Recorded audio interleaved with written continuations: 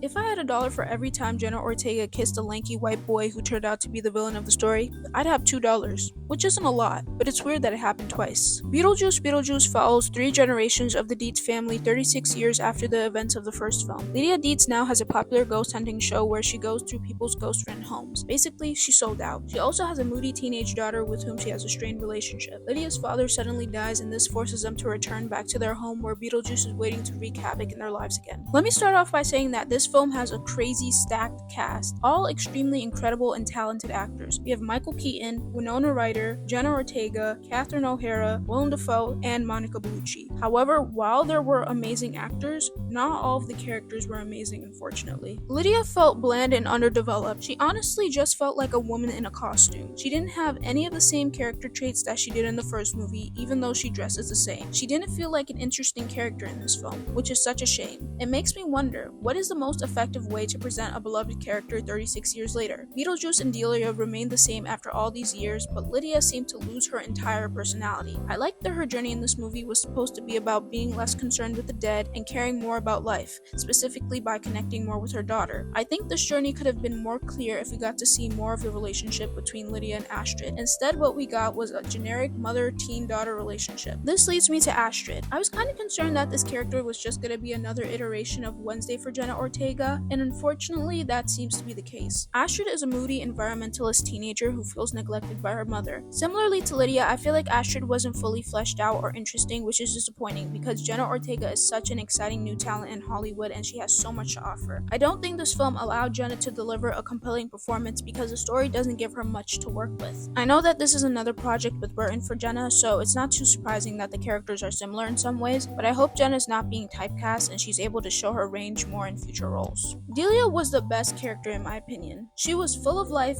funny, and I just kept on wanting to see more of her on screen. She was just so compelling, and Catherine just gives it everything with her comedic performance. I don't think this film utilized Willem Dafoe to his greatest capacity. I anticipated a more wacky and complicated character, so I was a bit disappointed when he was just playing a dead ex-actor who is now a ghost detective. I think I expected a bigger and more morally ambiguous character for him. Willem Dafoe is the type of actor who plays a character like Beetlejuice, not this sort of character. It was still nice to see because I really like him as an actor, but it does feel like this wasn't the best casting choice. Monica Bellucci played Dolores, Beetlejuice's ex-wife who has come back to life to find Beetlejuice. She barely spoke in this movie, which was a bit strange to me. I've never seen a Monica Bellucci film, so this was an interesting way to be introduced to her. I like the flashback scene where we get to see Dolores meet Beetlejuice, but I feel like she didn't have that much to do and her plotline felt unnecessary to the overall story. I think Michael Keaton's performance as Beetlejuice is the most exciting aspect of this movie.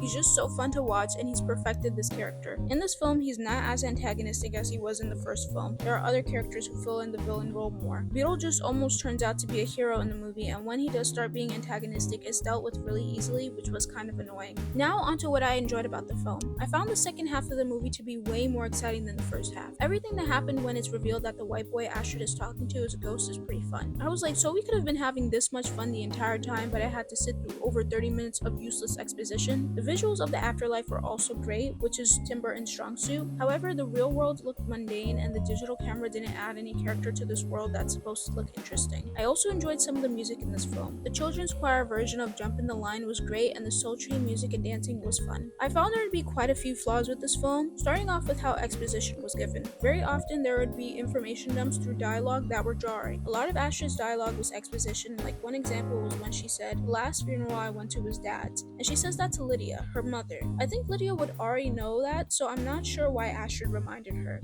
The fact that Lydia can see ghosts, but she can't see her ex-husband's ghost is very interesting, and I wish more weight was put on this problem. Another problem of the film is that there are too many plot lines and most are unnecessary. The film would have been tighter if it just focused on the relationship between Lydia and Astrid. Everything having to do with Lydia's boyfriend just felt out of place. The fact that Lydia is dating a guy like him feels so out of character. Was he funny at times? Yes. Was he also unnecessary? Yes. The wildest part of this movie for me was the fact that Tim Burton just copied the same plot point that he did in Wednesday for the twist in this movie. We've seen Jenna Ortega kiss a white boy that turned out to be evil twice now because of Tim Burton. Now, was I gagged? Yes. Should I have been able to predict that this was going to happen? Yes. It worked with the story, but I was confused why he just did the same thing again. I would also like to know why Tim Burton likes writing boring white teenage boys. What's that about? I think rather than having Astrid form this close bond with that skinny white boy, it would have been more interesting if she found a mother figure through an older woman in the the neighborhood who turns out to be a ghost. That would have made more sense for the movie, and the core conflict, which is the strained relationship between Lydia and Astrid, could have been explored more. I also hated when Delia died. You really lost a realist chick in the game. Rip. Ultimately, I would rate Beetlejuice